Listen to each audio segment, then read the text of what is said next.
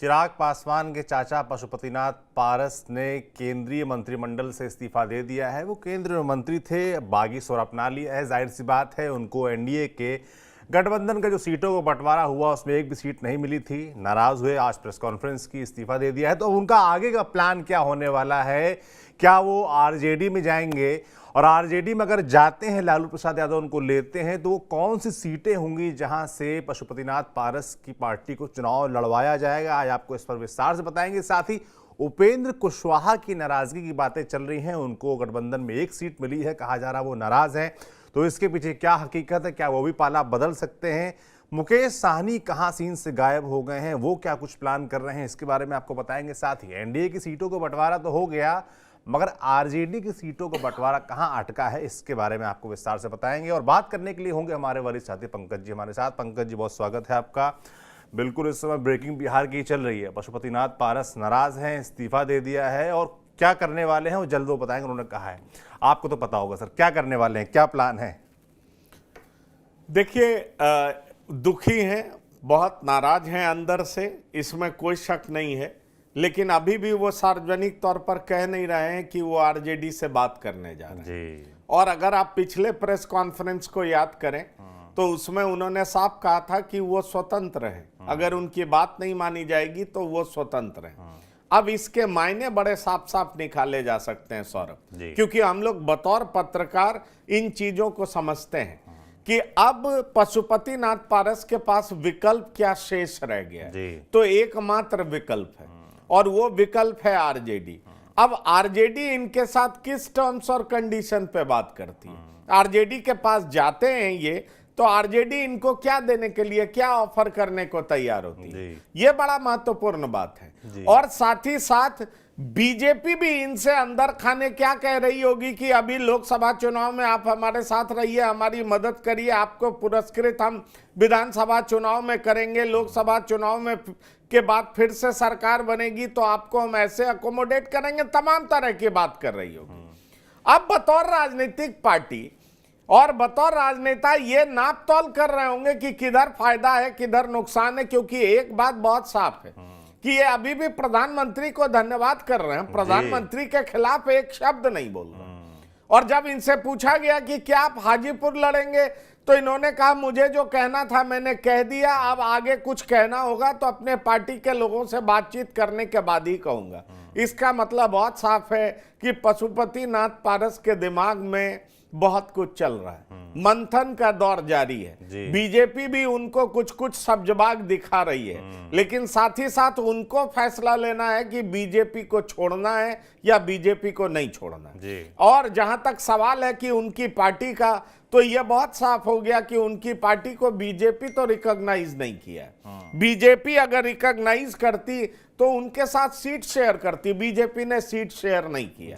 जहां तक मेरी जानकारी है, मुझे ऐसा लग रहा है कि ये लोग अंत में लालू प्रसाद यादव के पास जाएंगे। और लालू प्रसाद यादव भी एक मंजे हुए राजनीतिज्ञ के तरह इस अवसर का लाभ उठाने का प्रयास करेंगे, मतलब वो साथ लेंगे। लेकिन आरजेडी भी इस बात का तो इंतजार करेगी ना कि ये पहले इधर से मोह माया त्याग करके उनके दरवाजे पर जाएं, क्योंकि आरजेडी इनके दरवाजे पे आके खड़ी हो जाए, इतना समर्थन इनके पास नहीं है। ये आरजेडी भी मानती है। आरजेडी अगर इनको अपने साथ लेती है तो आरजेडी अपना राजनीतिक फायदा जरूर देखेगी, लेकिन इस तरह की अब सिचुएशन नहीं है, इस तरह का माहौल नहीं है कि आरजेडी दौड़ के इनके पास चले जाए कि तो आप मेरे साथ आ जाइए, मैं आपको वेलकम करने को तैयार हूं। जैसे चिराग पासवान के लिए आरजेडी कर रही थी कि आइए आपको 8 सीट दे देंगे, आपको 10 सीटें दे देंगे। जब चिराग की भाषा ऐसी निकल रही थी, ऐसा लग रहा था कि चिराग एनडीए के विरोध में जा रहे हैं। लेकिन इनके लिए तो आरजेडी वेलकम करेगी, आरजेडी, ये मैं जानता हूं। आरजेडी को भी हाजीपुर में एक ऐसा उम्मीदवार चाहिए जिसका नाम हो, और आरजेडी इस बात को समझती है कि उसके समर्थक दल अगर ये खड़े होते हैं तो इनको वोट कर देगा। और आरजेडी में एक ऐसा नामचीन प्रत्याशी जो सीधा चिराग को चुनौती दे सकता हो, तो इस तरह का माहौल बने, इसके लिए ये बेहतरीन उम्मीदवार है। बिल्कुल। तो इस तरह का काम आरजेडी कर सकती है, लेकिन आरजेडी अभी क्या करती है ये तभी निर्भर करेगा जब ये आरजेडी के पास जाएंगे, उनसे बात करेंगे, बातचीत का सिलसिला आगे बढ़ेगा और आरजेडी उससे पहले कहेगी कि एनडीए से तमाम रिश्ता और नाता तोड़ करके आप हमारे पास आइए। बिल्कुल, आरजेडी ये रिस्क नहीं लेना चाहती कि आप आइए और हमारा ऑफर लेटर लीजिए और वापस बीजेपी कंपनी दिखाइए और अपना मामला बढ़वा लीजिए, ये रिस्क लेना चाहती। वो चाहती है आप सब कुछ नाते बंधन तोड़ के इस्तीफा दे के प्रॉपर आइए, फिर हम बात करते हैं, फिर कुछ ऑफिशियल होगा। एक बात आप समझिए, इन्होंने मंत्रिमंडल से इस्तीफा दिया, इन्होंने ये कहा है क्या कि मैं एनडीए से सारे रिश्ते तोड़ रहा हूं? बिल्कुल नहीं। इन्होंने ऐसा कुछ कहा है क्या? ये तो अभी कहा नहीं है। तो अब सवाल ये उठता है कि जब तक ये नहीं कहेंगे कि मेरा एनडीए से अब कोई रिश्ता नहीं रहा, एनडीए ने मेरे साथ धोखा किया, दगा किया, अभी ये कह रहे हैं मेरे साथ इनजस्टिस हुआ, एक राजनीतिक पार्टी के तौर पर जब तक आप एनडीए का विरोध नहीं करेंगे, खुल करके नहीं बोलेंगे, तब तक आरजेडी आपको अपने पाले में लेगी कैसे जी। इसलिए आरजेडी अभी इस पे चुप है और इंतजार करिए कुछ और वक्त का, उसमें बड़ा क्लैरिटी हो जाएगा। हमारे सूत्र बता रहे हैं कि ये 5 बजे के आसपास आरजेडी से बात करेंगे। बिल्कुल, अभी दिल्ली में है, दिल्ली से पटना आ रहे होंगे, जी वहां हाँ, बात होगी फिर और आरजेडी से बात करेंगे और उसके बाद ही कुछ फैसला हो पाएगा कि आखिरकार आरजेडी इनको किस तरीके से अपने पार्टी में, अपने गठबंधन में शामिल करती है और कितनी सीटें देने को तैयार होती है। ये भी अपना लाभ हानि हर चीज को बाकायदा तराजू पर तौल करके देखेंगे और उसके बाद अपने जो सहयोगी हैं उनके साथ बातचीत करके ही एक निष्कर्ष पर पहुंच सकेंगे कि आखिरकार इनको करना क्या है। बिल्कुल। अब ऐसे में सवाल उठता है, मान लीजिए बातचीत बन गई, आरजेडी आप कह रहे हैं कि तैयार है, मगर वो इनके दरबार पर जाना नहीं चाहती, वो चाहती आप हमारे दरवाजे पे आए, चिराग पासवान के चाचा पशुपतिनाथ पारस, लालू प्रसाद यादव के दरवाजे हैं, तब बातचीत होगी। अगर बातचीत बन जाती तो वो कौन सी सीटें हो सकती हैं, कौन सा इलाका हो सकता है जहां सर, एक तो हाजीपुर आप कह रहे हैं कि जाहिर सी बात है कि हाजीपुर लड़ाएंगे क्योंकि वहां पर चाचा वर्सेस भतीजा हो जाएगा, तो इनको एक मजबूत प्रत्याशी मिल जाएगा। और कौन सी सीटें हो सकती हैं? क्या वो वही सीटें होंगी जो सीटें चिराग पासवान को मिली हैं? देखिए, मुझे ये साफ दिखाई पड़ता है कि आरजेडी की कोशिश ये रहेगी, एक तो हाजीपुर में चाहेगी कि पशुपतिनाथ पारस चिराग पासवान के विरोध में खड़े हों और वहां पर चाचा वर्सेस भतीजा एक दिलचस्प मुकाबला हो। आरजेडी के जो वोटर्स हैं वो इनको वोट करें, आरजेडी के जो कार्यकर्ता हैं वो इनको सपोर्ट करेंगे और निश्चित तौर पर सिटिंग सांसद भी वहां से पशुपतिनाथ पारस हैं, तो कुछ तो समर्थक इनके भी होंगे, उनका भी असर होगा। तो मुझे लगता है कि आरजेडी इसकी एक कोशिश कर सकती है कि ये हाजीपुर से चिराग पासवान के खिलाफ चुनाव लड़े। लेकिन दूसरा दाव आरजेडी जो खेलना चाहेगी वो बहुत महत्वपूर्ण है, क्योंकि आरजेडी की कोशिश होगी कि ज्यादा से ज्यादा जातियों को अपने साथ जोड़ने का। मैं कल भी आपको बता रहा था कि आरजेडी यादव के बाद कुशवाहा पर भी फोकस कर रही है, क्योंकि ओबीसी जाति में यादव के बाद अगर किसी समाज की संख्या सबसे ज्यादा है तो कुशवाहा का है। ऐसे में सवाल उठता है कि जिस तरीके से आरजेडी कई जगहों से कुशवाहा को लड़ाने का सोच रही है, उससे एक बात तो बहुत साफ हो जाता है कि आरजेडी के दिमाग में है कि कुशवाहा को अपने साथ जोड़ा जा सकता है, साधा जा सकता है, और अगर साधने में आरजेडी कामयाब होती है तो आरजेडी को इससे बहुत फायदा होगा। तीसरा बड़ा सवाल यह है कि एनडीए का एक्सपेंशन हुआ, एनडीए के एक्सपेंशन में कहीं भूमिहार मंत्री दिखाई नहीं पड़े, इसकी आवाज उठी है, इससे लोग नाराज हैं। ऐसे में सवाल उठता है कि अगर पशुपतिनाथ पारस के जो बैकबोन माने जाते हैं, रीढ़ माने जाते हैं सूरजभान सिंह, उनकी कुछ लोकसभा सीटों पर पकड़ तो है, उनकी एक पहुंच तो है, उनके चाहने वाले लोग तो हैं। ऐसे में सवाल उठता है कि अगर वो मैदान में उतरते, उनके परिवार के लोग उतरते, अगर उनकी पत्नी उतर जाती है नवादा से, तो नवादा पर असर पड़ेगा, एनडीए को इसका नुकसान हो सकता है। फर्ज करिए कि आरजेडी के समर्थक इनको समर्थन देते हैं और कुछ सीटें ये भूमिहारों में काट लेते हैं, क्योंकि नवादा भूमिहार बाहुल्य क्षेत्र पड़ता है, तो इस पर एक असर पड़ेगा। क्योंकि आप 2014 ले लें या 2019 ले लें, जीत का अंतर कोई बहुत बड़ा नहीं था, और उसका असर सिर्फ नवादा में ही नहीं पड़ेगा, उसका असर जहानाबाद में भी पड़ सकता है। इसलिए ये जो 2-3 सीटें हैं उस पर असर पड़ने की पूरी संभावना है। ऐसे में सवाल उठता है कि क्या आरजेडी पशुपतिनाथ पारस को अगर समर्थन देती है, उनको कुछ सीटें देती है, तो निश्चित तौर पर बदले में ऐसा कुछ जरूर चाहेगी कि बहुत सारी सीटों पर आरजेडी भूमिहारों का भी समर्थन हासिल कर सके।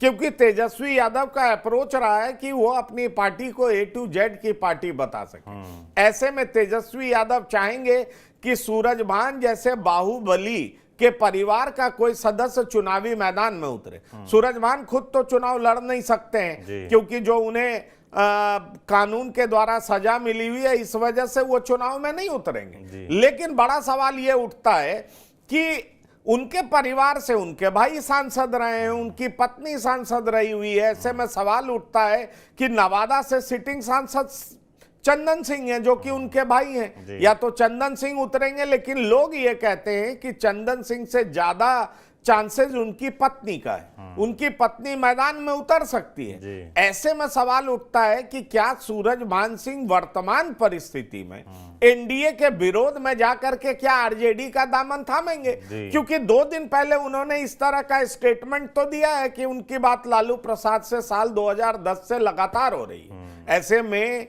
क्या वो लालू प्रसाद के साथ जाएंगे? और लालू प्रसाद के साथ जाएंगे तो लालू प्रसाद भी इनका मैक्सिमम यूटिलाइजेशन चाहेंगे। लालू प्रसाद चाहेंगे कि जो भूमिहार समाज आरजेडी से एलिनेटेड रहता है और जिसको साधने के लिए तेजस्वी ने कई प्रयास पहले भी किए, जैसे कि आपको बताएं अनंत सिंह की पत्नी को टिकट दिया था। इस बार विश्वास प्रस्ताव में अनंत सिंह की पत्नी उस पाले में चली गई, लेकिन अनंत सिंह को आरजेडी में लाने का मतलब था कि भूमिहार समाज में पैठ बनाना चाह रहे लालू प्रसाद यादव। और इसी तरीके से एमएलसी में उन्होंने कई लोगों को भूमिहार समाज से एमएलसी में अपने साथ जोड़ा था। उसका भी इंडिकेशन साफ था कि भूमिहारों में पैठ बनाना चाह रहे हैं लालू प्रसाद यादव। तो क्या इसमें लालू प्रसाद यादव कामयाब होंगे? अगर इस बार वो सूरजभान सिंह के जरिए कुछ ऐसी सीटों पर असर डालते हैं तो निश्चित तौर पर एनडीए के लिए कड़ा संघर्ष तो हो जाएगा। जीत और हार किसकी होती है ये मैं नहीं कह सकता हूं, लेकिन संघर्ष अच्छा हो सकता है, इसमें कोई दो राय नहीं। बिल्कुल, संघर्ष एक और नेता के दिमाग में इस वक्त चल रहा है कि करें तो करें क्या। उनको सीट मिली है, एक नाम है उपेंद्र कुशवाहा, और बड़ी चर्चा है सोशल मीडिया से लेकर बिहार की सड़कों पर कि उपेंद्र कुशवाहा नाराज हैं। वो कोई क्या फैसला ले सकते हैं पंकज जी? क्या वो भी बागी हो सकते हैं?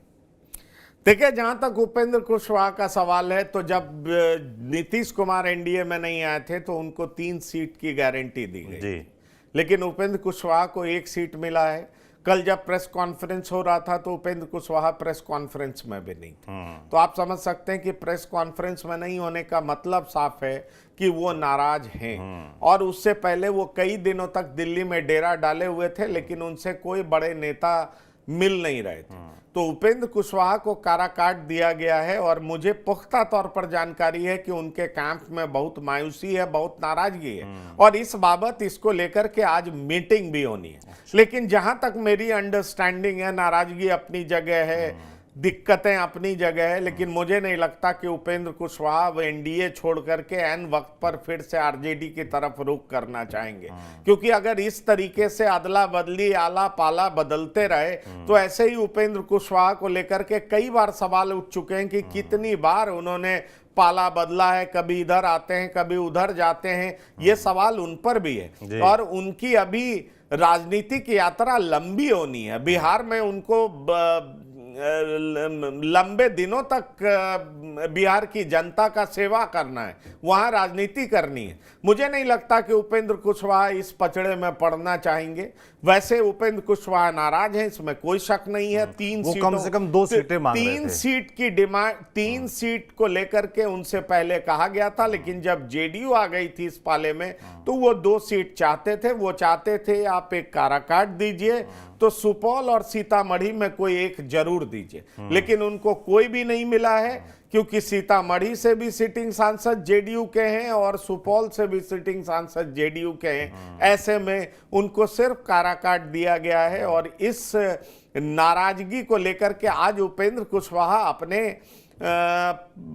पार्लियामेंट्री बोर्ड की मीटिंग करने वाले, ये मुझे पुख्ता तौर पर और पता ज्यादा है। उम्मीद है कि उस मीटिंग के बाद वो शांत होकर निकलेंगे और कि हमने उसके फैसला बाद लिया है कि हम एनडीए के साथ ही अब रहेंगे। उसके बाद वो क्या करते हैं वो देखना दिलचस्प होगा। नाराजगी है, पार्टी के अंदर मायूसी है, आज उसको लेकर के मीटिंग है, तमाम लोग उत्साहित नहीं मेरा है। एक एडिशनल सवाल है पंकज जी आपसे कि उपेंद्र कुशवाहा, जिनके लिए आप कहते हैं वो 3 सीटें मांग रहे थे, उभरते हुए नेता हैं, बड़े नेता हैं, कुशवाहा समाज का प्रतिनिधित्व करते हैं, मगर सम्राट चौधरी का जो उभार है कि वो पहले प्रदेश अध्यक्ष बनते हैं, फिर वो डिप्टी सीएम हैं, काफ़ी पावरफुल मंत्रालय उनके पास है, ऐसे में क्या उनका उभार इनके डाउनफॉल का कारण है कि एक सीट पे सिमट गए?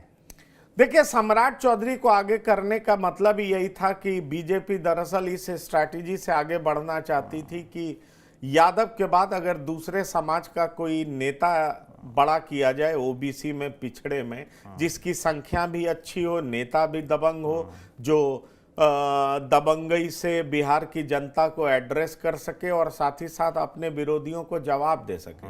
सम्राट चौधरी इसीलिए चुने गए हैं। सम्राट चौधरी को इसका फायदा भी मिल रहा है। बीजेपी ने कई एक्सपेरिमेंट किए। पहले बीजेपी ने वहां के प्रदेश अध्यक्ष नित्यानंद राय को बनाया था। यादवों में बीजेपी भयानक तरीके से सेंधमारी करना चाहती थी और नित्यानंद राय अभी भी गृह राज्य मंत्री हैं, उजियारपुर से चुनाव लड़ते हैं, बड़े नेता हैं और रियल भाजपाई हैं। रियल भाजपाई का मतलब ये होता है कि अभी से नहीं, विद्यार्थी परिषद, यूथ के समय से वो बीजेपी के, तो पूरे तरीके से बीजेपी के कल्चर के। जहां तक सम्राट चौधरी का सवाल है, तो सम्राट चौधरी कई पार्टियों में रह चुके हैं और अब भाजपाई हुए, अब उन्होंने भगवा चोला ओढ़ा है। लेकिन चूंकि बिहार के पॉलिटिक्स में जातिगत समीकरण एक सच्चाई है, इसलिए जातिगत समीकरण को साधने की कोशिश बीजेपी लगातार कर रही है। उसमें बीजेपी ने कई एक्सपेरिमेंट किया। नित्यानंद राय को मौका दिया तो बीजेपी को लगा कि इसका फायदा यादवों के तौर पर मिलेगा, यादव बीजेपी के तरफ आ सकते हैं। लोकसभा चुनाव में कई सीटों पर यादवों ने बीजेपी को वोट भी दिया है, इससे कोई डिनाई नहीं कर सकता। लेकिन विधानसभा चुनाव में स्थिति उलट हो जाती है। वैसे कई प्रयास किए जा रहे हैं कि यादवों को भी साधा जाए और इसी कवायद में मोहन सिंह यादव को जब मध्य प्रदेश में मुख्यमंत्री बनाया गया तो एक मैसेज गया कि बीजेपी में कोई भी मुख्यमंत्री हो सकता है, जबकि लालू और मुलायम परिवार में उसी परिवार के सदस्य मुख्यमंत्री हो सकते हैं। बीजेपी इसको जोर जोर से कह रही है, भुना रही है। लेकिन वर्तमान समय में अगर बिहार की राजनीति की बात करें तो सम्राट चौधरी को प्रदेश अध्यक्ष बनाने का मतलब है कि दूसरे नंबर की आबादी वाली जाति जो कि कुशवाहा है, कुशवाहा को साधने का पूरा प्रयास किया गया। क्योंकि यादव के बाद अगर पिछड़े समाज में कोई दूसरे नंबर की जाति है तो वो सम्राट चौधरी है। नीतीश कुमार चूंकि बीजेपी का साथ छोड़ चुके थे, वो आरजेडी के साथ चले गए थे, तो लव कुश के नेता माने जाते थे, कोर वोट बैंक उनका वो था। बीजेपी ने सम्राट चौधरी को आगे करके उनके कुश पे सेंधमारी करने का प्रयास किया और इसलिए क्योंकि कोयरी कुर्मी के वो नेता हैं, पर आबादी के हिसाब से कोयरी कुर्मी से कहीं ज्यादा है, इसलिए कोयरी समाज के नेता सम्राट चौधरी हैं। इसलिए सम्राट चौधरी को बड़ी तेजी से बीजेपी ने आगे किया और ये सिर्फ सम्राट चौधरी को ही आगे नहीं किया, निषाद समाज के भी कई नेता को आगे किया। आप देखेंगे रविदास समाज के भी नेताओं को आगे किया, क्योंकि बीजेपी सोशल इंजीनियरिंग बहुत बेहतर तरीके से कर रही है और बीजेपी को लग रहा है कि अब समय आ गया है कि बिहार में वो ड्राइविंग सीट पर बैठे। बिल्कुल, इसी के नुकसान क्षेत्रीय दलों को, यानी कि उपेंद्र कुशवाहा मुझे लगता है होता नजर आ रहा है। मुकेश साहनी का बड़ा अभी तक चर्चा थी, 2-4 दिन पहले तक तमाम लोग नाराज हैं, पशुपतिनाथ पारस नाराज हैं, उपेंद्र कुशवाहा की नाराजगी की बात हो रही है। मुकेश साहनी कहाँ गायब हैं, वो क्या कर रहे हैं, क्योंकि उनका तो कहीं गठबंधन में नामो निशान नहीं है। देखिए, मुकेश साहनी जिस तरह का पॉलिटिक्स करते हैं उसमें क्या हुआ है कि मुकेश साहनी काफी एग्रेसिव पॉलिटिक्स करते हैं। एग्रेसिव पॉलिटिक्स में आप कई बार विनर होते हैं और कई बार आप भयानक लूजर होते हैं। जी मुकेश साहनी को ऐसा लग रहा था कि बीजेपी उनको बुला करके बहुत ज्यादा सीटें देगी। मैं आपको ये बताना चाहूंगा, मेरे पास इस बात की पुख्ता जानकारी है कि सितंबर, अक्टूबर, नवंबर 3 महीने बीजेपी ने लगातार प्रयास किया था और इनके पास अपने दूत भेजे जी और कहा था कि आपको हम 3 सीटें देते हैं, लेकिन मुकेश साहनी उस समय तैयार नहीं। मुकेश साहनी की मांग थी कि विधानसभा में हमें 40 सीट की गारंटी करो, हमें और बहुत तरह की चीजों की गारंटी करो, तब हम आपके साथ आएंगे। मुकेश साहनी लोकसभा में भी 3 पर तैयार नहीं थे, 5 सीट कम से कम चाहते थे। अब आप समझिए कि इस तरह की मांग तब कर रहे थे, बीजेपी 3 देने को तैयार थी, लेकिन जैसे ही नीतीश कुमार एनडीए के पाले में आ गए, पूरा समीकरण, इक्वेशन, गेम बदल गया। अब मुकेश साहनी के बारे में बीजेपी तो बिल्कुल सीरियस नहीं दिखी। उसने मुकेश साहनी के काट के लिए हरी साहनी को मंत्री तक बना दिया। अब आप ये समझिए, और आरजेडी को भी आप देखें तो आरजेडी भी ये मानती है कि साहनी समाज, निषाद समाज का दरअसल नेचुरल इंक्लिनेशन बीजेपी के तरफ होता है। अगर हम मुकेश साहनी को ले भी लेंगे तो उनको 1-2 सीट हम देंगे तो वहां पर हमारे वोटर तो ट्रांसफर हो जाएंगे, लेकिन उनके वोटर को हम अन्य सीटों पर ट्रांसफर करना चाहेंगे तो वो हमारे साथ नहीं आएंगे, क्योंकि साहनी और यादवों का अच्छा इक्वेशन हो नहीं सकता। और बीजेपी ने मुकेश साहनी से बात नहीं की, एनडीए ने उनको कंसीडर तक नहीं किया। ऐसे में सवाल उठता कि अब मुकेश साहनी क्या करेंगे, तो मुकेश साहनी के पास एकमात्र विकल्प बचा है आरजेडी। अब ये देखना दिलचस्प होगा कि अब आरजेडी भी ये समझ रही है कि हम ही एकमात्र विकल्प हैं, तो आरजेडी अब अपने शर्तों पर राजनीति करेगी ना। कोई इनके पास बार्गेन करने की क्षमता तो रह नहीं गई है। ये तो कहेंगे नहीं कि मेरे पास एनडीए का भी ऑफर है और वहां जाने के लिए हम तैयार बैठे हुए, इस तरह की कुछ की तो बात है नहीं। इसलिए मैंने आपसे कहा कि अब इनको राजनीति आरजेडी के टर्म्स एंड कंडीशन पे ही करनी पड़ेगी, और ये बड़ी मजबूरी होगी मुकेश साहनी के लिए। इसलिए अब वो क्या करेंगे ये देखना दिलचस्प होगा, क्योंकि औपचारिक ऐलान होना तो बाकी है, पर मुकेश साहनी के पास भी अब लिमिटेड ऑप्शन है। वो महागठबंधन में जा सकते हैं और महागठबंधन शायद उनको 1 सीट दे सकती है। बिल्कुल। अंत में मैं जानना चाहूंगा आपसे कि भाई एनडीए का सीटों को बंटवारा हो गया, कल प्रेस कॉन्फ्रेंस हुई, उसके बाद जो नाराजगी चल रही है उसके बारे में आपने बताई, मगर आरजेडी में क्या चल रहा है? उनके सीट बंटवारे पर कब तक मुहर लग सकती है, बिहार की जनता जानना चाहेगी। देखिए, जहां तक आरजेडी का सवाल है तो इंतजार करिए 24 से 48 घंटे। अच्छा, आपको सब कुछ पिक्चर बहुत क्लियर हो जाएगी। आरजेडी की मीटिंग घनघोर तरीके से, ये जो नेता घूम रहे हैं पशुपतिनाथ पारस, मुकेश साहनी, इनसे सब बातचीत फाइनल हो जाएगी। इन लोग से बातचीत फाइनल करके आरजेडी एक निष्कर्ष पर पहुंच जाएगी। आरजेडी ने कई सीटों पर अपने उम्मीदवारों को कह भी दिया है कि जाइए वहां तैयारी करिए। अब बक्सर में सुधाकर सिंह को कह दिया गया है कि जाइए आप वहां तैयारी करिए। सारण में आरजेडी ने लालू प्रसाद की बेटी रोहिणी आचार्य लड़ेंगी, ये सबको पता चल चुका है। जान लीजिए जमुई, जो कि एलजेपी रामविलास के कोटे में गई है, चिराग पासवान के कोटे में जमुई सीट गया है, वहां से भी एक महिला है, रविदास समाज से आती हैं, उनको कह दिया गया है कि जाइए आप तैयारी करिए। तो इस तरीके से आरजेडी ने बहुत सीटों पे बहुत क्लैरिटी दे दी है कि जाइए। उजियारपुर है जहां से एनडीए से नित्यानंद राय होंगे, लेकिन आलोक मेहता को कह दिया गया है कि जाइए आप वहां से तैयारी करिए, आपको कोई नहीं रोकने जा रहा है। उसी तरीके से मंगनी लाल मंडल हैं, उनको कह दिया गया है कि जाइए आप तैयारी करिए, आप सुपौल से तैयारी करिए। तो इस तरीके से कई ऐसी सीटें हैं। आप आ जाइए, दरभंगा है, दरभंगा से फातमी को कह चुका दिया गया है कि आप जाइए आप तैयारी करिए। तो गया है, गया से कुमार सर्वजीत को कह दिया गया है कि आप तैयारी करिए। तो इस तरीके से कई ऐसी सीटें हैं जिसमें आरजेडी ने औपचारिक तौर पर कह दिया अपने उम्मीदवारों को जाइए वहां तैयारी करिए। कुछ सीटों पर उनकी बात होनी है कांग्रेस से, वो एक औपचारिक शक्ल लेगा। सीपीआई एमएल से कुछ खटपट चल रहा है। सवाल ये उठता है कि लेफ्ट को कितनी सीटें देंगे, कितनी सीटें नहीं देंगे। लेफ्ट अगर नहीं भी मानेगी तो लेफ्ट के पास ये विकल्प तो है नहीं। लेफ्ट तो बीजेपी के साथ दोस्ती करने जा नहीं रही है। लेफ्ट बहुत होगा तो कुछ सीटों पर इनसे अलायंस करेगी और कुछ सीट पर अकेले चुनाव लड़ेगी। ऐसे में अगर लेफ्ट ये करती है तो इसका नुकसान महागठबंधन को ही होगा। लेकिन मुझे लगता है कि बहुत सारा पिक्चर अगले 24 से 48 घंटे में आपको क्लियर मिलेगा। बिल्कुल। तो कुल मिलाकर एनडीए गठबंधन पर फैसला हो चुका है सीटों बंटवारों का। आरजेडी का सबको इंतजार है, इंडिया गठबंधन का इंतजार है, उस पर भी पंकज जी करेंगे। अगले 24 से 48 घंटे में पूरा फाइनल हो जाएगा जो भी फॉर्मूला होगा। पर देखने वाला होगा कि उसमें पशुपतिनाथ पारस होंगे क्या उपेंद्र कुशवाहा की नाराजगी इतनी बढ़ सकती है कि वो उसमें शामिल हो जाएंगे, मुकेश सहनी कहाँ होंगे। ऐसे कई सवाल है जिनके जवाब मुझे लगता है अगले 24 से 48 घंटे में मिल सकते हैं बिहार से जुड़े। बाकी बिहार से जुड़ी जो भी अपडेट होगी आप तक हम ऐसे ही पहुंचाते रहेंगे। आप देखते रहिए TV9 डिजिटल। शुक्रिया।